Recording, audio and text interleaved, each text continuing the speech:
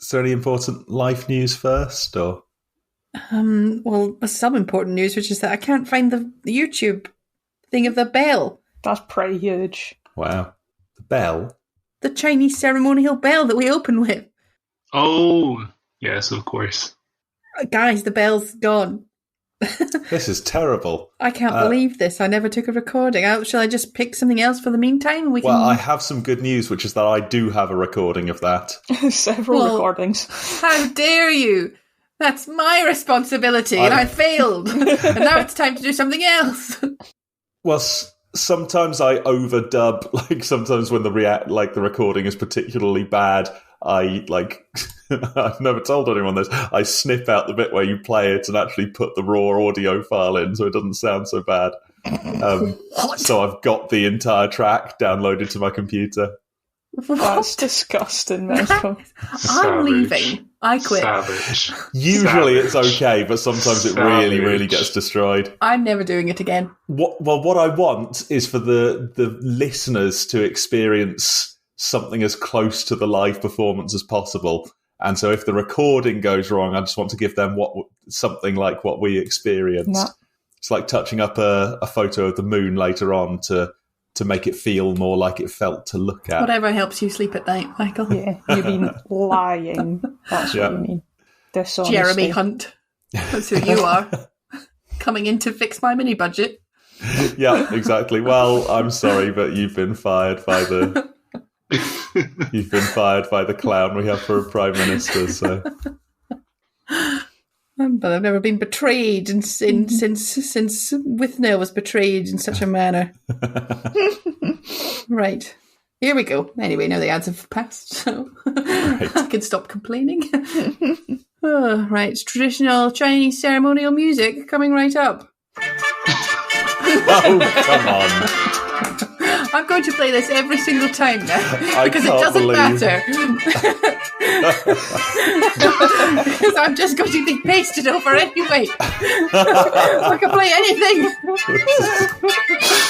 I'm just going to bleep out everything you just said.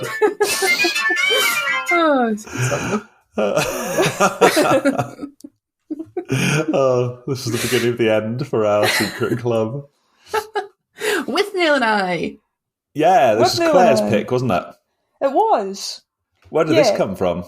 I chose this because it was listed on Wikipedia as one of the films that George Harrison funded. Oh. Right. And that was it. For some reason, I was looking up films that George Harrison funded, and this was one of them. And I thought we should watch it. Okay, is it a long list? Not very long. It's maybe half a dozen films. Oh, things like cool. The Life of Brian? Oh yeah, one of the I Monty knew that Python one. ones. A few others, but cool. I think this one they pulled the funding, and oh no, that was The Life of Brian, where they pulled the funding, and he really wanted to see it, so he paid for it. That was Life of Brian. They called it the most expensive cinema ticket anyone ever bought. Anyway, what did you think of this? Now you picked it, Claire. What did I think of it? It was. I think it was a film. I think so too. We're all in agreement, presumably, unless Fernando disagrees. Fernando, was it a film? I agree. It was a film. Yeah. Okay. Yeah.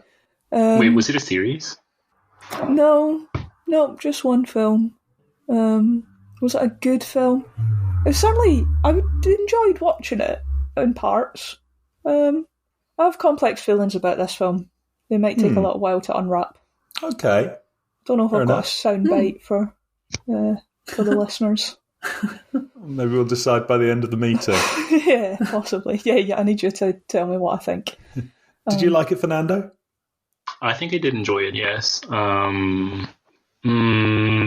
Yes. Yes, I did. Okay. This film is like Mary. It is like Mary. Like She's a Mary off complicated of woman. Downtown Abbey. Yes. Yeah. How about you, Laura? I did like it. You I did liked like it that? more than I did it the first time I saw it. Oh, you've seen it before. I can confidently say I'd give it a solid 4 stars. Is that Compared out to my previous 3 stars. Yes, out of 10 hedgehogs. As we know.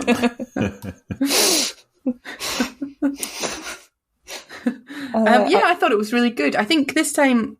Oh, we can go into this. Well, Michael, what did you think? I think I have to say I don't like it. Oh, okay. It was interesting in parts, and it seemed like it was worth trying to do whatever they were trying to do, but I don't know if the end result was really of much value. I'm not sure. Interesting. I didn't like it. Didn't like it. Wouldn't watch it again. Why not?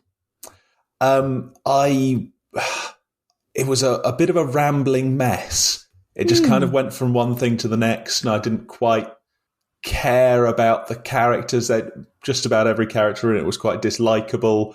Most of them quite disjointed and erratic. It built up some kind of feeling of what their life was maybe a bit like, but it didn't seem to give it enough context. And I was surprised by every single thing that anybody said right up to the end. And I think that's because I didn't get a real feeling of who the characters were. I found myself getting a bit bored as well. And by the end of it, I thought, well, what was this meant to tell me? Any kind of message or feeling I could get from it felt like something that I've seen done better in other films. And I was just a bit lost, like I was missing something. But maybe you'll fill me in on what I'm missing. Interesting. Claire, any further reflection on your feelings? I think I'm definitely on the side of liking it, rather than just disliking it. I do feel it was quite rambly, but that was part of the charm. I think it was deliberate anyway. Yeah. I don't think you were supposed to like the characters particularly. I quite liked the feeling of it. I thought they captured an atmosphere nicely. Yeah. Whether that was... I thought it felt very genuine. I thought that does seem like what life would be like for them. Just this total chaos, chaotic substance use, inability to look after themselves. They've only got each other, even though they sort of hate each other. Yeah. Yeah, I mean, before they'd even told us where it was set, it just looked like a flat in Camden in the 70s. Yeah. I was like, right. Oh, these are two out-of-work actors who have probably got university educations but no interest in taking a day job. And just, yeah. Yeah, I thought a lot of that stuff I thought they did very well. Yeah, I liked it. What did you like about it? Let me think. So I watched this the first time in the pandemic during lockdown. Okay. I think it had a little resurgence in lockdown. There was a lot of people watching it. Yeah, Boris Johnson watched it and tweeted about it. Oh, gross. Which obviously put me off for a long time, but then enough time had passed, I thought, what did he say about it? Oh, I can't, probably one of these, something about Britain and British people, I don't know. I'm going to have to look it up now. He likes it. Yeah, dreadful. I remember the first time around, I thought it was quite boring and rambling and too just disgusting. They're flat in the beginning, it's really horrible. This and was all the an way issue through, for me. It's horrible, and you just feel this revulsion, towards them and just the squalor that they live in. Even when they're in the cottage, and it all just seems so dark and dingy and gloomy, and everything is tedious. And I respected it for that, of being you're really putting me in this tedious environment with you, and I feel like I'm there and part of it. But I think I was more braced for that this time, so I knew it was going to be a bit horrible, and I could listen a bit more to the script and just enjoy them. I really enjoy the actors. Richard E. Grant is just so fantastic. He is phenomenal. Yeah. I'm in a park and I'm practically dead. Just every line I want to seep into my brain and keep it there. He was Withnail, was he? Yes, he was Withnail. Yeah. Paul McGann was I. Yeah. I think his name's Marwood. Marwood. You would only know that if you read the script, apparently. I just read this. Right. Yeah, even in the credits, he's credited as "and I," isn't he? Marwood, I like that. Yeah, it reminded me of Waiting for Godot. Yeah. In that I really enjoyed reading it, but I thought if I ever actually saw it, I would be bored to tears. I thought that in the beginning of this watch, and then it really grew on me, and I thought I had quite a good time. I think I've said to you recently, I just wish I could read like you do. I just get my brain just switches off when I'm reading so quickly. The idea of like being able to watch the film is such a great crutch for me. Of like, I'm never going to fucking read this. That's going to take me forever to read that. I'll just sit down and just let it wash over me while I watch the film. Whereas it sounds like you're the other way round. Well, yeah, in a way. Now you can read audiobooks. Yeah, audiobooks, that's a great crutch for me. If I'm just not getting through it, I'll be like, I'll stick the audiobook on, then I can just like do the washing up and kind of, I'll get through it. It'll be fine. It's got even worse though, because they've now got these summaries of audiobooks that he listens to. It's like a novel in half an hour. That's been really good. When you can't even listen for 4 hours. This is for non-fiction, because non-fiction books are a total waste of time. All of them are like, they have actual content that it like could be written on an index card, and they just blither on and they say, well, there's a lot of information out there about whatever. Picture yourself in a so-and-so, and you're just like, oh, just tell me about like the economic theory you're trying to explain. Yeah, 15-minute summaries. Blinkist, it's called. Been getting a lot out of that. Yeah. What a shame they don't do fiction. You might finally have read Moby Dick for us. Well, again, BBC Radio does summaries of fiction books. There's like hundreds, maybe even thousands of like classic works of literature that they've done like a 2-hour radio version of. And that is exactly what I got from Moby Dick. I think as a podcast, we've done quite a good job of summarising Moby Dick, picking out the key motifs. I'd like to know if someone had only listened to our podcast and didn't know what Moby Dick was, what they would think it was. Fernando, why did you like the film?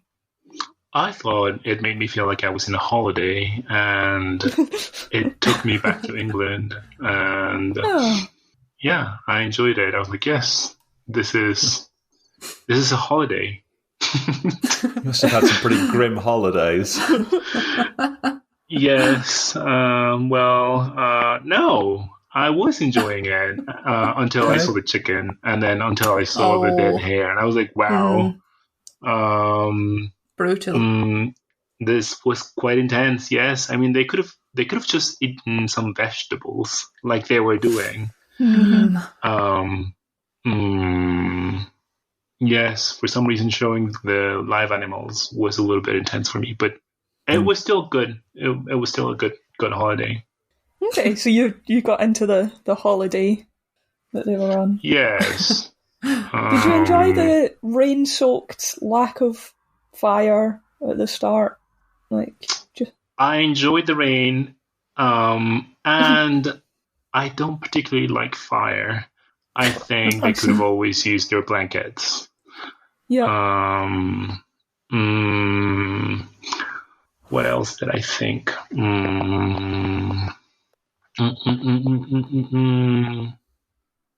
I think that's all that I thought. Yeah. It's like a jolly boys outing. I also liked that they had to say to everyone that they were not from London. That was fun. Oh, there were just so many great bits. What were your favourite scenes? Which was my favourite scene? Well, honestly, probably my favourite scene was the last bit when he cuts his hair and decides to have a new life. Oh, I hate that bit. He is transformed, thankfully.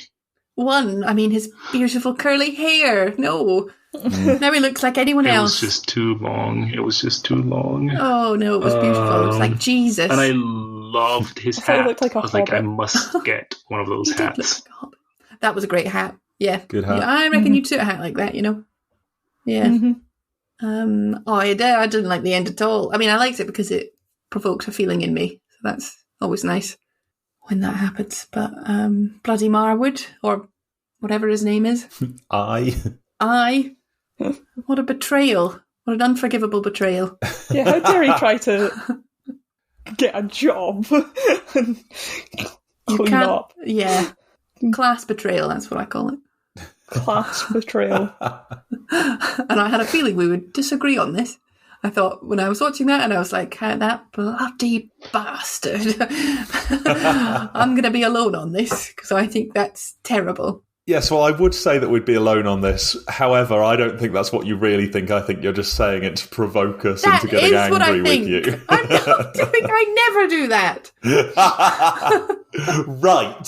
So the reason that's completely absurd. Firstly, their life as they're living it throughout this film is appalling. Yeah. Like there's every chance that they could have died, like in almost any scene, from just like disease or like crashing into something, or being mauled by a bull, or getting like killed by someone in a pub or whatever, or an overdose. Everything they were doing was totally unsustainable and would never possibly allow them to have happy lives. Meanwhile, Withnail was trying to do the exact same thing, and he was banging on constantly about how no one would give him a job, even though he was perfect and that he was going to be a star one day. The whole thing was him talking about how his one aspiration was to do the exact same thing. That's not true, but go on. The main character. There would seem no indication to me that he was going to, he was just going to like get offered the lead role in a play and turn it down and say, no, I just want to stay in my decaying flat with the rats, having hallucinations and shooting people. It was entirely what the main character did at the end was the only sensible thing that he did in the entire film. Man, there's no solidarity anymore. No. You'd leave me in the gutter, wouldn't you? I would invite you to come with me. I would encourage you to clean up your act. But that's not what he did. He said, you live in your squalor flat that I've just left. I'm better than you now. I think he said that. I think he said, I'm leaving. He said it with his eyes. All they had was each other. And he's so sad when he left. He's such a tragic thing. He needs someone to look after him.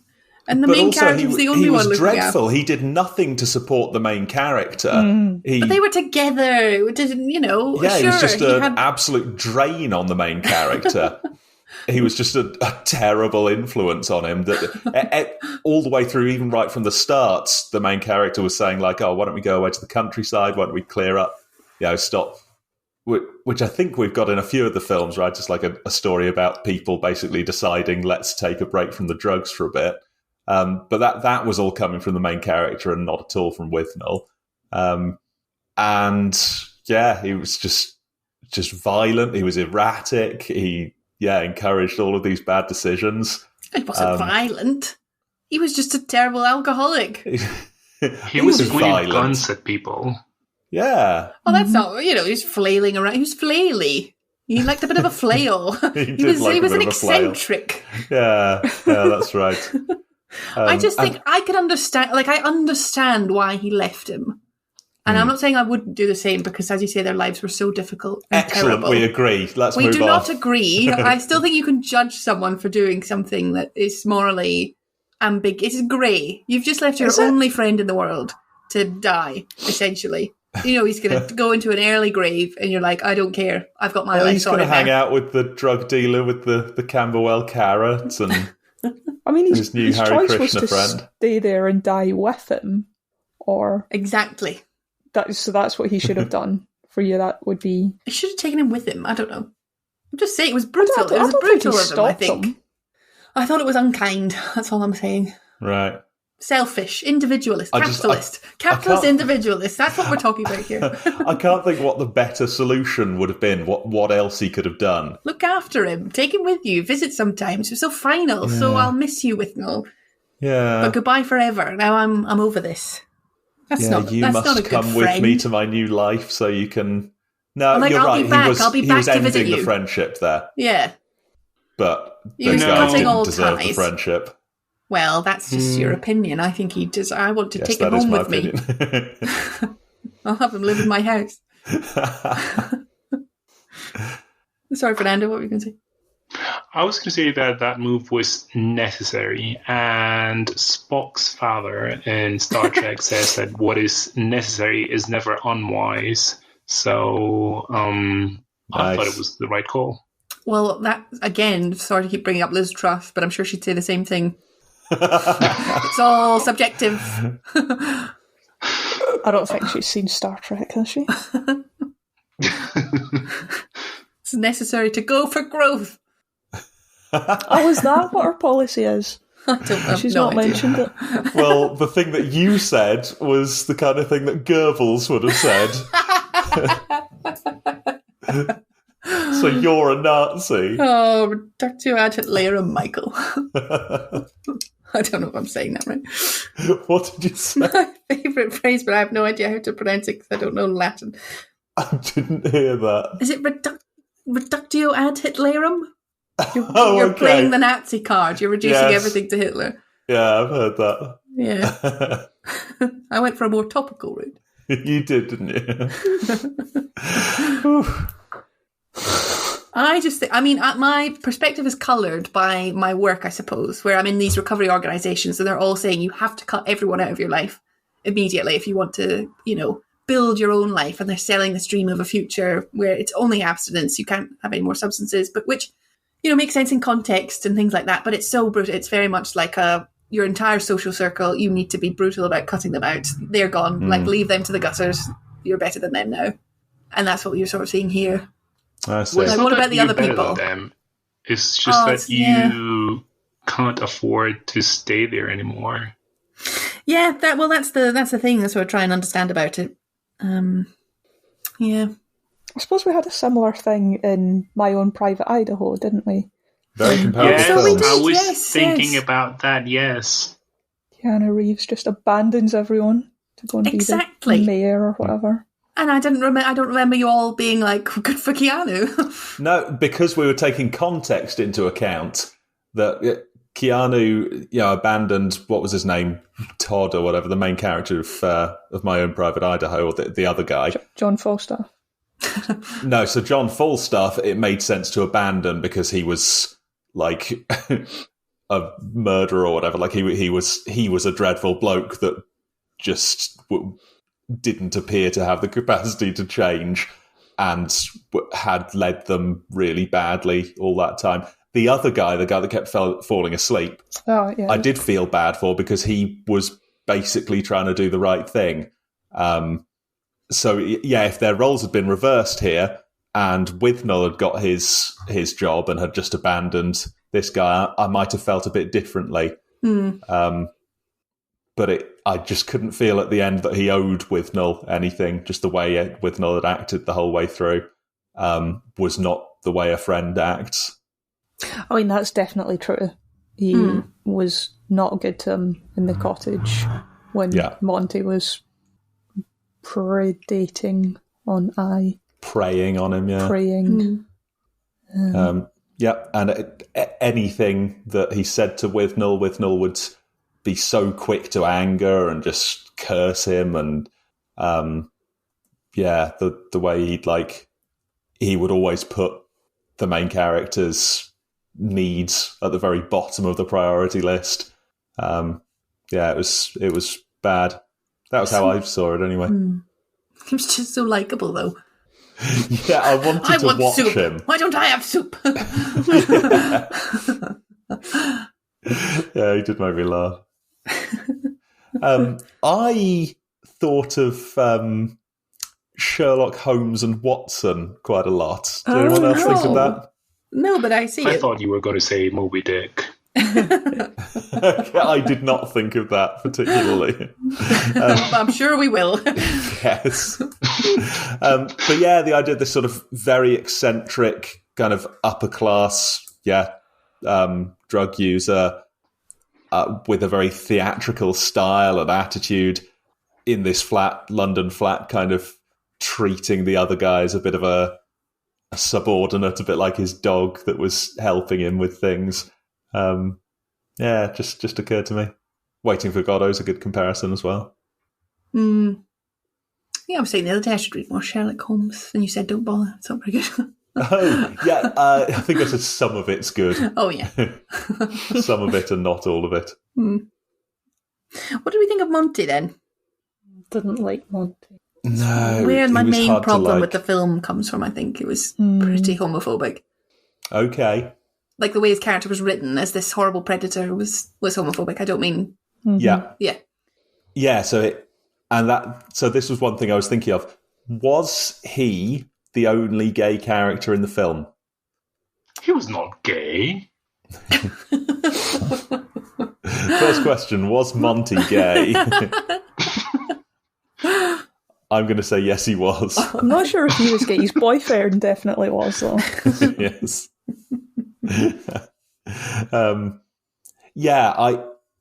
It occurred to me that there was this one gay character, and he was he was a rapist, and he was a kind of cruel preening, he was objectionable. You had to dislike him, at least for a lot of it. Old pervert, I guess. But it was. But the other thing that occurred to me though is the way that he was talking about relationships, and the way that they had been telling him different stories about them either being a couple or one of them being in love with the other or whatever. It seemed like it was normalizing the whole idea of being gay. And I was wondering if that was meant to make us at least consider whether the two main characters had some feelings, had some relationship beyond being friends and being flatmates. I think they did. That's a good Maybe question. they did not realise. Yeah, there was a bit of subtext to it. But I don't think, in my view, they were friends. They had a homosocial relationship, that's what I'd call it. Oh. They'd settled into this sort of partnership with each other that was very intimate and like that, but it was, on the surface, totally platonic. That seems right, but they did seem to love each other, at least to some extent, right? Yeah. But I get what Fernando's saying. Maybe they didn't. I don't think they quite realised they didn't quite know what their relationship was, which is maybe part of why it was so weird when he left at the end. Yeah, I don't know. I like to think of it as an exploration of male friendship. Yeah, and so in that sense, I thought that took the sting off the kind of what you might see as a homophobic script, because we were at least meant to think about, same-sex relationships and how that can be a part of life. And so, having one objectionable gay character is neither here nor there. But I don't know, because he was the only overtly gay character, and his very homosexuality was the most objectionable thing about him in the end. Yeah. In some ways, having the only other homosexuality represented as repressed, and not disapproving of the repressed homosexuality isn't necessarily saving it from being homophobic as a film.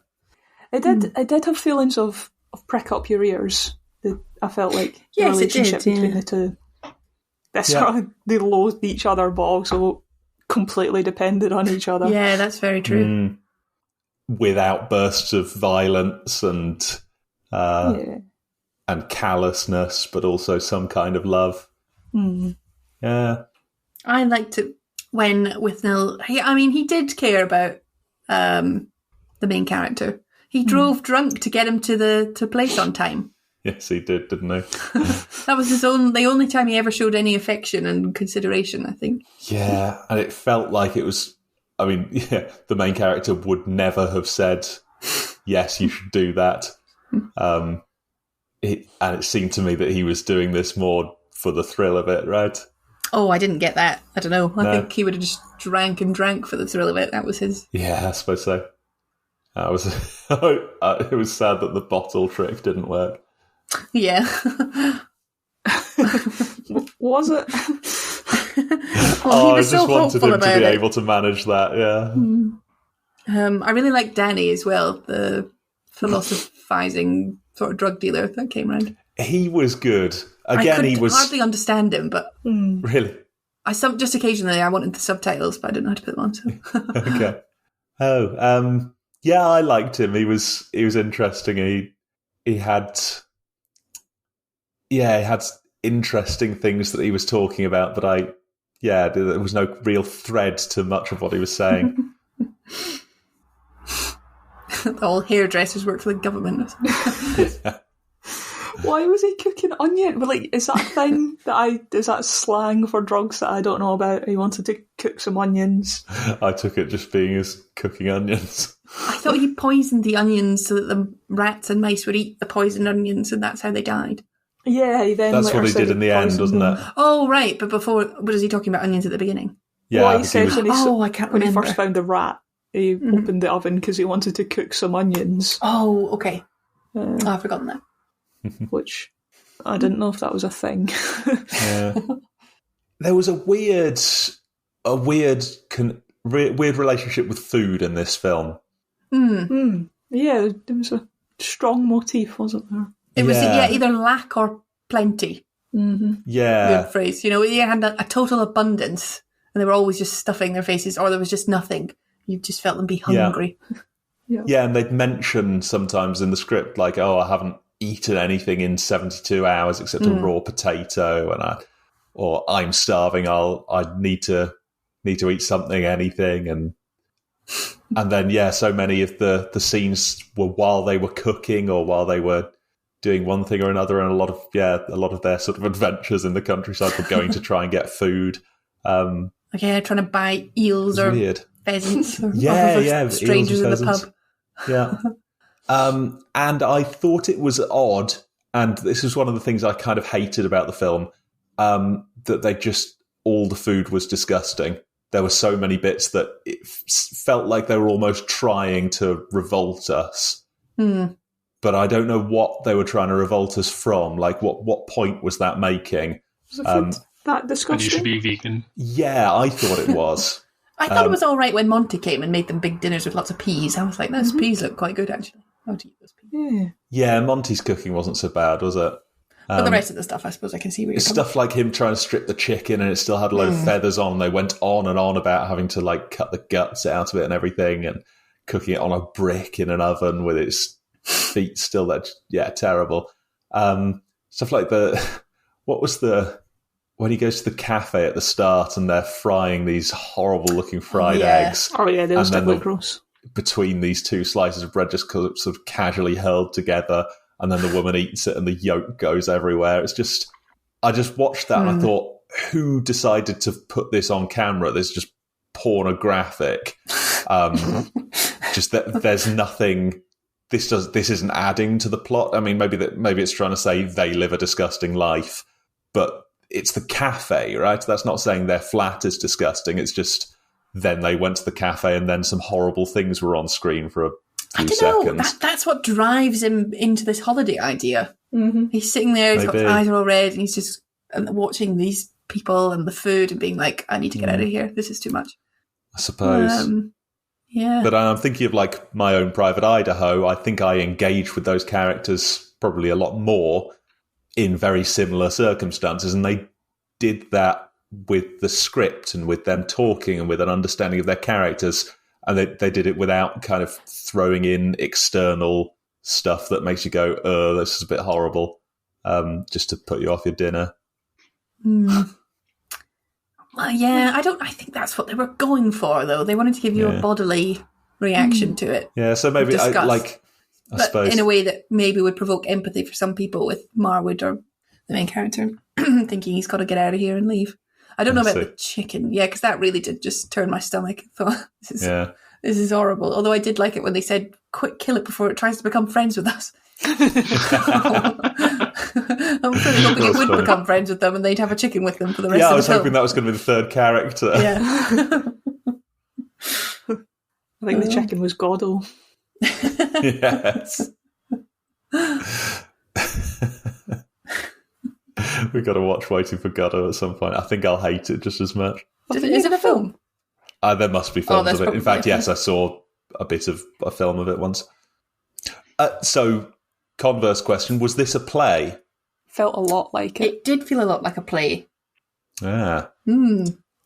Especially at the start, when yeah. it was essentially a two-hand. Like, for a long time, it was just the two of them. Yeah.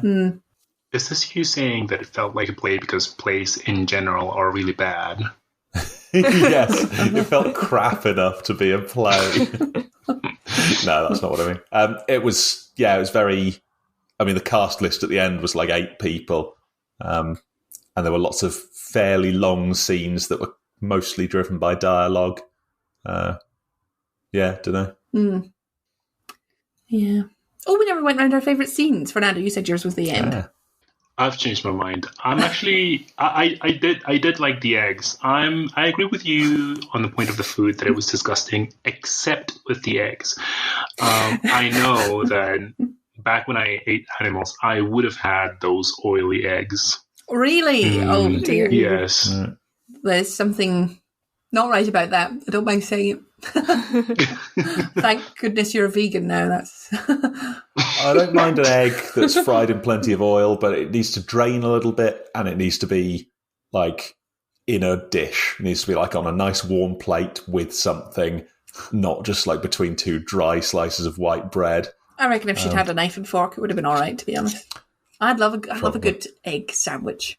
Yeah, it wants some butter, it wants a little salt and pepper. Oh, so you want to drain the oil off just to butter the bread, do you? Yeah, basically.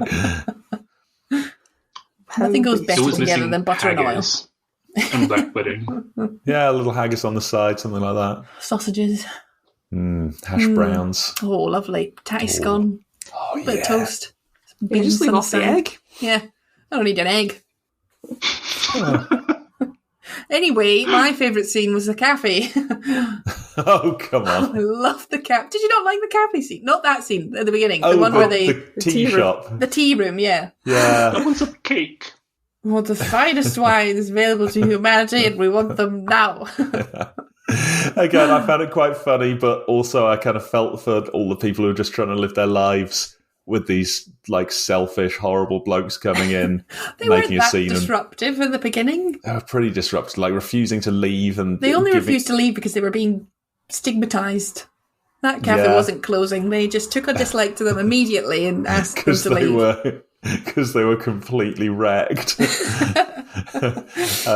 just came in without a bookie or anything, just sat down and started didn't need a booking. raving. Look at it. There was like 4 tables in there. Yeah, tea room. It was a tea room. I wouldn't have let them in. Well, that's on you. Yeah. Well, when I get my tea room up and running, I'm not going to be very selective, but just people need to be like vaguely coherent and polite. That's my rule. I think it was funny though. Favourite scene was with the bull. That was good. I enjoyed that as well. Withnail jumping over the wall to hide, and then the vegetables going everywhere.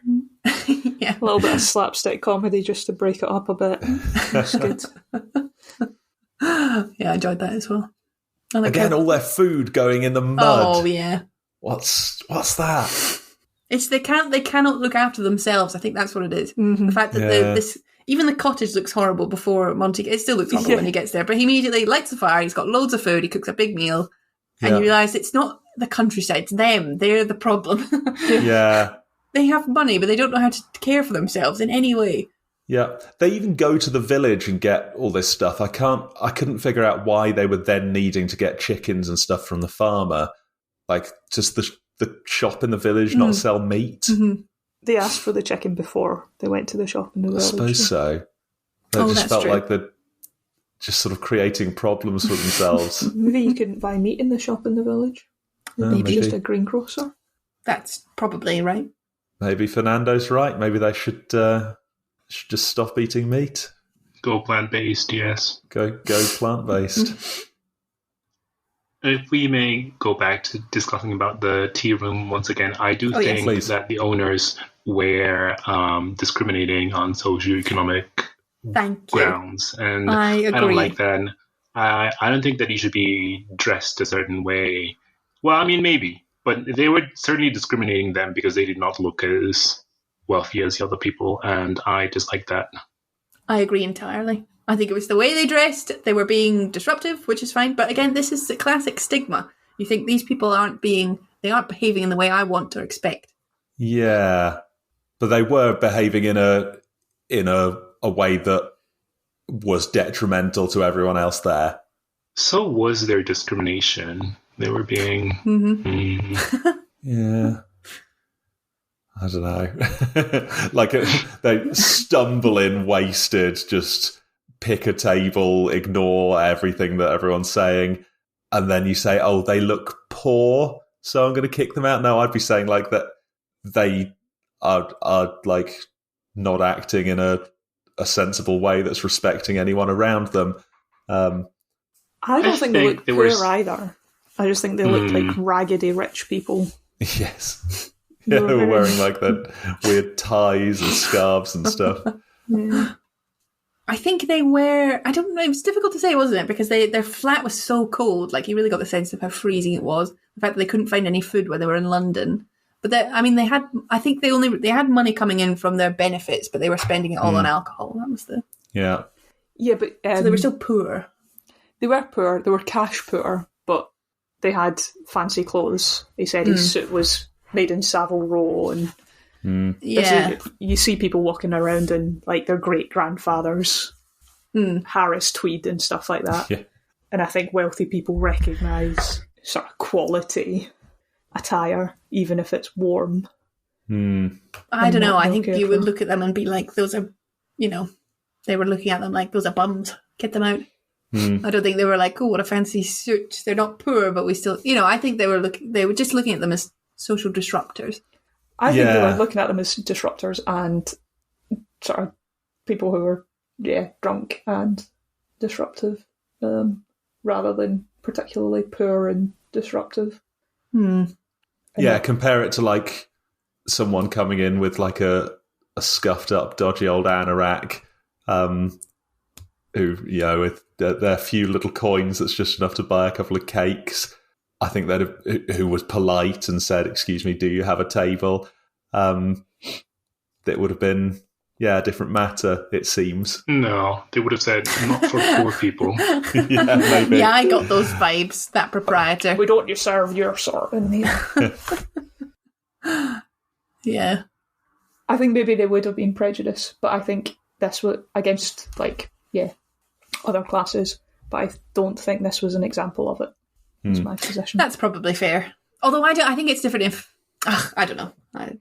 It seems to me they might have been prejudiced. If somebody poor had come in, they might have unfairly assumed that they were going to be drunk and start causing a massive kerfuffle. So basically they would be assuming that other people would behave exactly like these two did.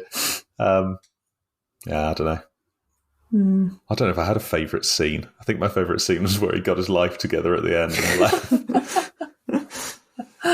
Wait, that was my favourite scene too.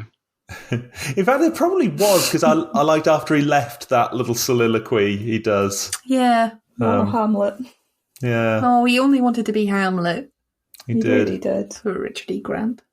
Although, as I keep saying, I feel like I mention this every episode, he's got a very famous music video of him rapping the soliloquy. Oh, God, yeah. I'm glad I haven't seen and you that. never watch it. And I send it to the chat every once in a while, being like, here it is, have a good time with it. Nobody ever watches it. That's not the what a piece of work is man, though, is it? That he did? No, that's soliloquy. To be or not to be. Or not to be.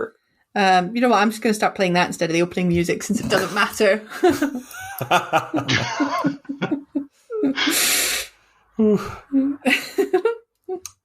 Try and do a nice thing.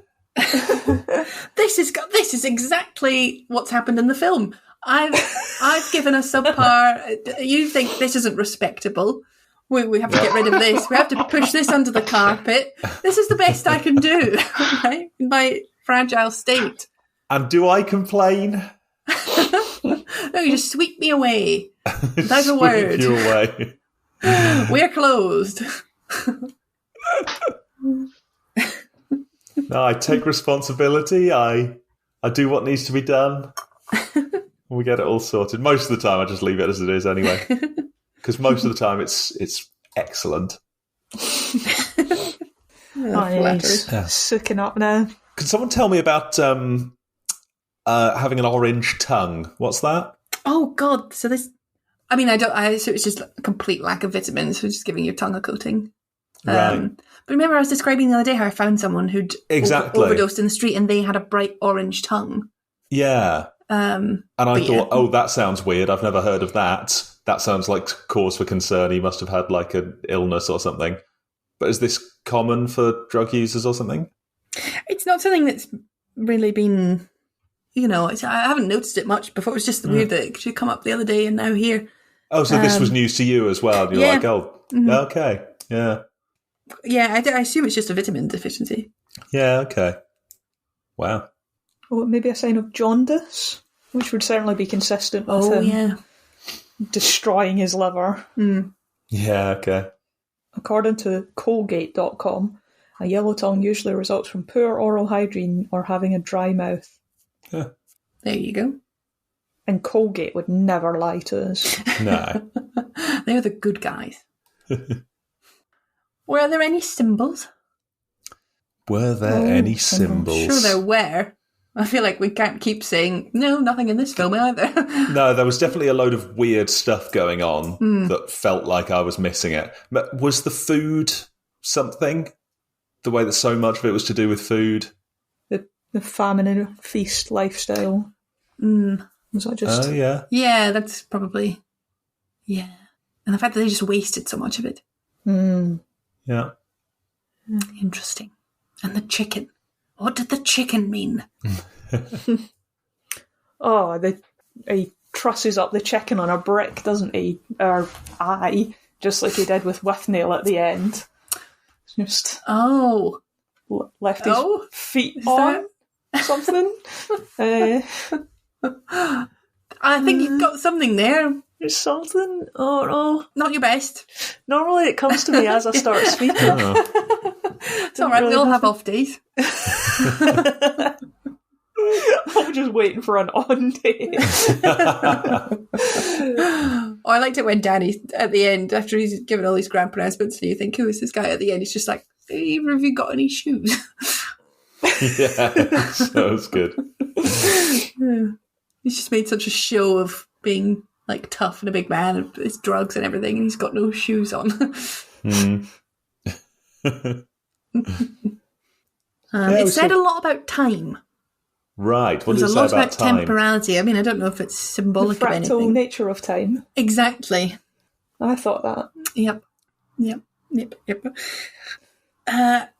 you care to elaborate on that one though? Because yeah, I'll take this one. Don't. Just he said loads of stuff directly about time. He's like, we're drifting into this idea of they're drifting in time. They're drifting into the arena of the unwell, facing their future is their own. What did he say? The enemy of the future. I don't know. And Withnail doesn't have a watch, does he? It's just I who has a watch. Oh, that's good. That's a good spot. For Withnail, time is this ethereal thing, whereas Withnail conforms to society's rigid application of time for its own purposes. Do you mean I conforms to that? Yeah, that's what I mean. Yeah, no, you're right. Even at the end, he's like, I've got to go. I'll be late for my train. Mm-hmm. He's on capitalist clock time. He is. I just remember, so that I've got this one quote where he said, speed is like a dozen transatlantic flights without ever getting off the plane. Time changes. You lose, you gain. It makes no difference as long as you keep taking the pills. But sooner or later, you've got to get out because it's crashing. Then all at once, those frozen hours melt out through the nervous system and seep out the pores. Wow. Good, isn't it? It's like it's a biotemporality, an embodied kind of time stuff. It's cool, isn't it? Yeah. Yeah, it changes your perception of how time's moving. Yes, exactly. This idea that you just keep taking the drugs and the pills and you can step out of time and time is never relevant to you. Yeah. It's frozen, these frozen hours, but eventually it will come back upon you because, like he's saying, it will crash and burn at some point. Cool. I thought it was cool. Yeah, it was a good little speech. And actually, a transatlantic flight is a very good comparison for that because that time just doesn't exist in reality, does it? You're on a plane for 8 hours and then it's a different time when you get off, and there's nothing to correlate the time that's passed and how your watch has changed. Yeah. Oh, you feel that in your body as well. I mean, it just is confused. Food, time, sleep. It's all awry. The game is afoot. Yeah, that's all my thoughts on this film. Mine too, I think. And yeah, overall, it had something in there, but I thought the execution was just a bit too rambling and didn't quite make sense. So compared to something like Drugstore Cowboy, My Own Private Idaho, and any of the other rambling drug films we've seen, it seemed to be lacking something for me. Oh, well. But boy, did I feel worthy watching it. It was very worthy, wasn't it? We were watching Hocus Pocus last night, and that didn't Did feel you? like I was... Yeah. Well, we watched the first 15 minutes of it, and it was just too crap, and we had to turn it off. Really? Yeah, Oh it my was god, I love so Hocus bad. Pocus. Oh, we man. got out while the going was good. Watching Hocus Pocus was like a transatlantic flight that was crashing, and we had to get off. Frozen hours were seeping out your pores. Yeah, unfortunately, it was only 15 minutes. Wow. Wait, were you watching Hocus Pocus, or were you watching Two Hocus? we weren't watching Hokai Pokai. No, we were watching the first one because people have been talking about it lately, and it's nearly Halloween, but I think we're going to need to find something else to watch instead. We should watch The Witches, the Roald Dahl one. Oh, yeah, there we That's a go. good idea. Yeah. There's a good book I've never read, but I've listened to an audio reinterpretation of it. It's a Roald Dahl book. It's like 10 pages long. I think I just never had it. In fact, I'm trying to think if the tape was an unabridged reading of it. But it used to scare me. I'd listen to it right before I went to sleep, like night after night, and always be too scared to get to sleep, but I kind of loved it. Kids love a scare, don't they? Yeah, they do. So I was very protecting easily them. scared as well. Oh, so was I. I was a big coward. Yeah. Still am a bit. No other thoughts on Withnail I from me? What about recasting everyone, and now all men have to be women, and all women have to be men? It would be a different Okay. dynamic, wouldn't it? So Fernando and I are both Oh my God, there were the no one women. woman. Oh, wait, yes, there were. Sorry. She was behind the door and she said, my son runs the farm, he's up in the field. And the cafe's closing. Oh, and the cafe's closing, yeah. And the so- woman with the sandwich, so you've got your pick. Oh, great. I think I'll go for the tea room's closing woman. I've identified with her. Who take your pick, Fernando? I'll be the woman that says, my son is in somewhere. Great. Yeah, part I think you you were could born do to justice play. to that. Yeah. So Laura and Claire, who's Withnail and who's I? Good question. I don't know. I don't think that's a Don't you? question we can answer for ourselves. So Yeah. I think you have to answer that. Are we Withnail or are we Marwood? What do you reckon? Well, which of you was more pro-recovery and getting on with your life, and which of you was saying that you should just sit in a flat forever doing drugs with your mates? I think people should be allowed to have some agency. That's my argument. Yeah. I think With no I ones to keep had some drinking. agency. Well, No, that's a... Damn, you got me in a box there, don't you? okay, you have Right, your let's end agency. this. Take your pick. I think we should end the meeting now. Great.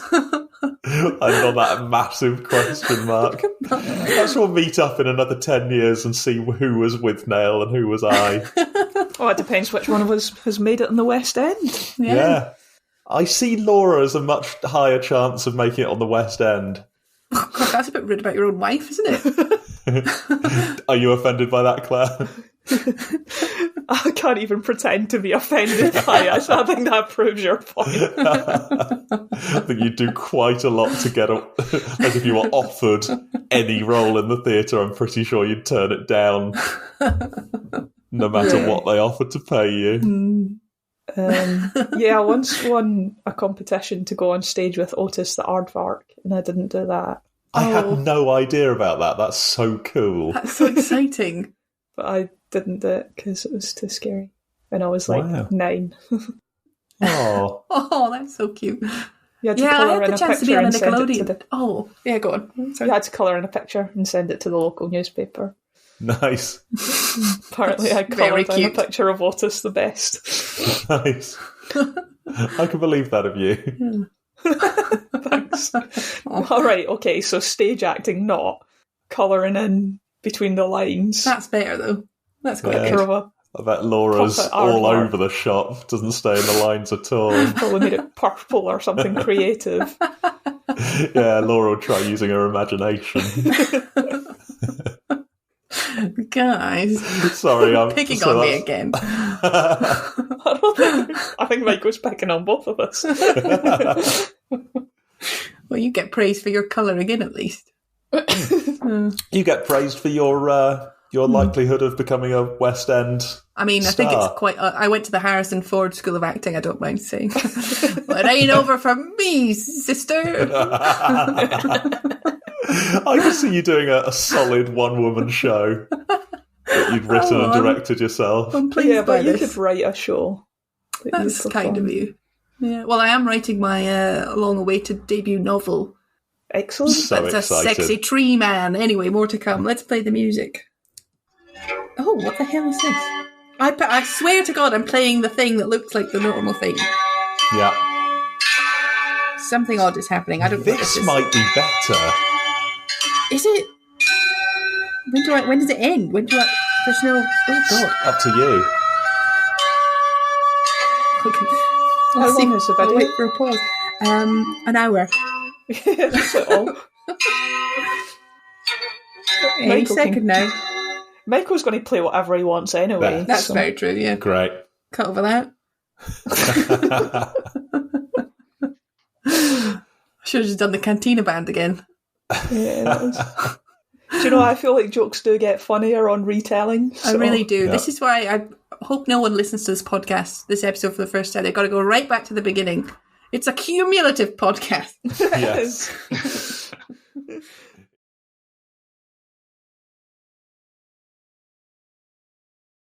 Who's in the hat? We're all in.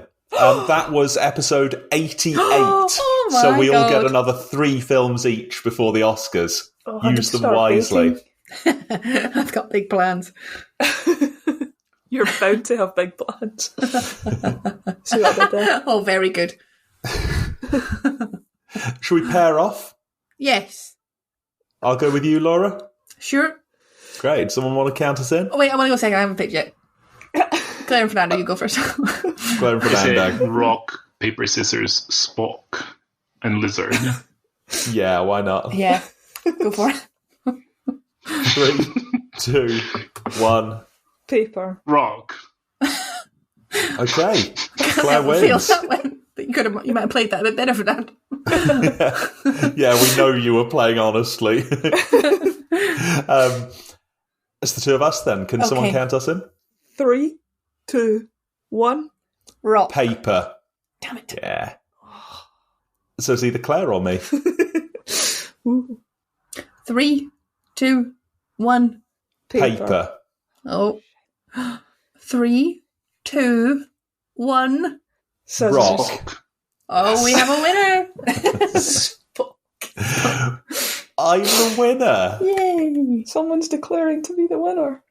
So I do have something of a choice of film, but this one requires a little bit of audience participation.